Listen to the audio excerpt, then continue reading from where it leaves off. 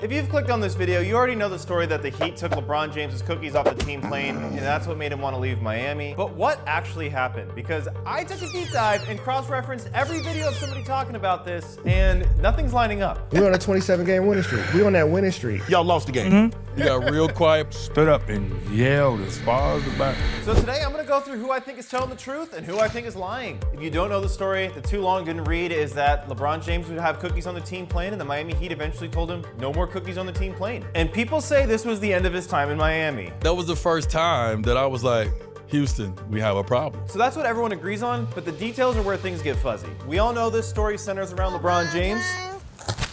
I've never done a board like this, so I hope I'm putting things where they're supposed to go. The first thing we need to figure out is, when did this happen? In the 2012-2013 season, the Miami Heat went on a 27-game winning streak. The race to history is now at 27. And Mario Chalmers said the cookie incident happened on the 25th win of the streak. We're on a 25-game winning streak at the time. And if that's the truth, then this happened Friday, March 22nd, 2013, after a home win versus the Detroit Pistons. But things get interesting because Michael Beasley said this happened after a loss. Y'all lost the game. I think Mario Chalmers is lying because Michael Beasley was not on the 2012-2013 team. He was only on the 2013-2014 team. And the reason I believe Michael Beasley is because Gregory Oden also told his version of the story, and Gregory was only on the 2014 team. Greg, did you see LeBron have chocolate chip cookies on the Heat plane? Yes, I did. Both Oden and Beasley claim to be there, so I'm inclined to believe them. Also, it would just be really weird if this story took place any year other than the final year of LeBron's Heat tenure. So we're gonna officially rule out this happening during the team's 27-game win streak. Now, I'm inclined to believe Chalmers may have made a mistake, and it was during a win streak. In the 13-14 season,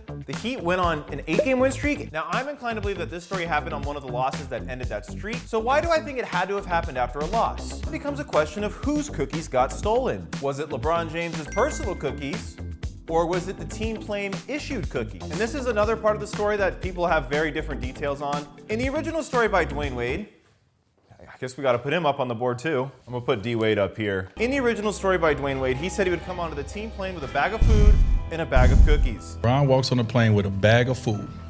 One bag is all cookies. Now, Greg Oden, or shall I say Gregory Oden, says that the players have to pay for the food. They took our food away after the game, and we paid for it. I'm actually gonna throw water on that one. I don't think it's true because Dwayne Wade says the players don't even like the team plane foods. The food on the plane I really don't want to eat. I feel like guys are not paying for food they're not intending to eat. Now remember, we're discussing whose cookies they took. Now Beasley says that the team took LeBron James's cookies specifically. He bringing his own ice cream and his own cookies. So those LeBron ice cream, LeBron cookies. Yeah. But he says he could be wrong. He brought his own cookies. Now, I could be wrong. And now we have our first storyteller who was not actually on the team plane. Confirmed, not on the team plane.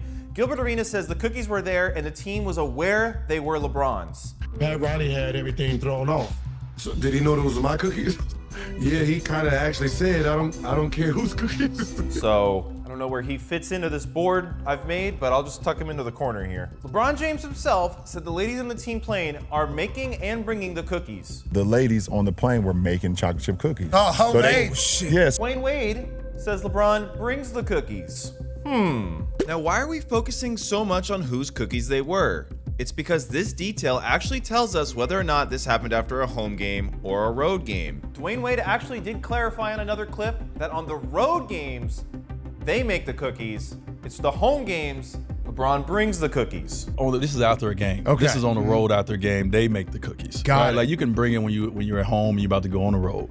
But when you're on the plane on a road trip, they make the cookies on the plane. So LeBron James has made it pretty clear this happened after a road game. He thought it happened during a win streak. They thought it happened during a loss. Road game, end of a win streak, coming off a loss, all adds up to this loss to the Houston Rockets on March 4th, 2014. Now, I'm assuming it was at this loss to the Houston Rockets because it's the end of the win streak, but it really could have been any of these dates. If you're a Miami Heat player, I would love if this could be confirmed though. That'd be cool. So now that we know when this story happened, what actually happened? Mario Chalmers, who's been our least reliable storyteller so far, has said players' weight and body fat has been going up. And he said he heard this from team president Pat Riley. And I just remember Pat coming in there, it's like, I'm taking all the cookies because players' weight and body fat is going up. And everybody looks like, oh, what? Like, we won 25 straight games. Like, Okay, we're gonna put Pat right here. Can't tell the story without the Heat logo. Now, the Miami Heat are notorious for maintaining their players' body fat percentage and weight. So I don't know if Mario Chalmers actually heard this from Pat Riley directly or he's just making it up. To be honest, I feel like that'd be a weird thing for a team president to say to like a role player in the middle of the season. But you know what? I don't know how things go in the NBA world. But if there is one thing that is definitely true that all of these players agree on, LeBron, Beasley, Odin, Wade, and Chalmers, everything stems from Pat Riley. In my eyes, everything come from Pat. Pat is so much in control That he had to do that. One thing about Rouse, he don't give a fuck about nothing. So whether this was a power play or legitimately an attempt to get players into better shape, everybody agrees this was definitely his decision. So what we know for sure is the boys entered the team plane and started playing cards and gambling.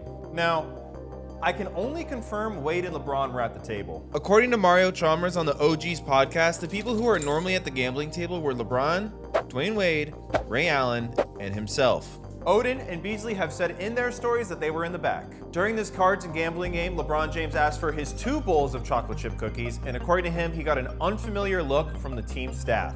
Team staff, from the plane to LeBron James. Guys, I set up this whole board. I have to use it. I don't want to be redundant, but I have to use it. Now, all of the stories basically say that once LeBron James started playing his card games, he asked for his customary cookies, and the ladies on the plane told him that all the cookies were taken off the plane. This is where the story diverges again. According to Wade and Chalmers, LeBron sat back in his chair and didn't say anything. He got real quiet, pushed them cards away. That nigga sat on the plane.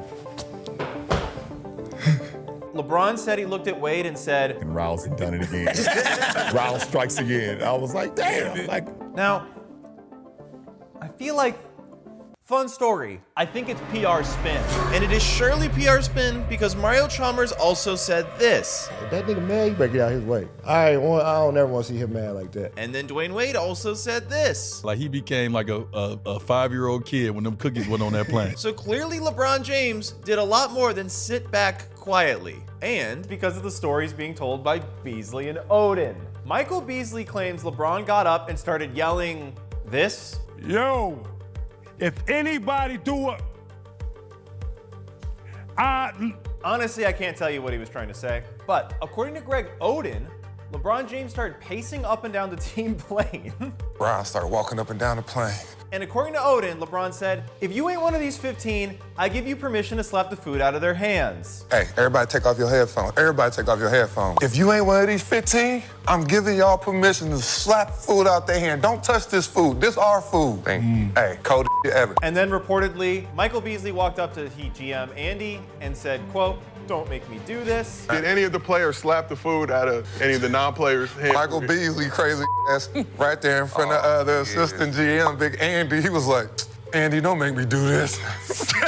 Don't make me do this. Yeah. Michael Beasley didn't mention this in his story, but recall that Michael Beasley basically cut himself off from telling us what LeBron yelled out loud. I think Dwayne Wade, Mario Chalmers, and LeBron James' version of the story is missing a key detail. That LeBron almost threw a team mutiny. Okay, I'm saying this as a LeBron sexual. Bro cut himself off.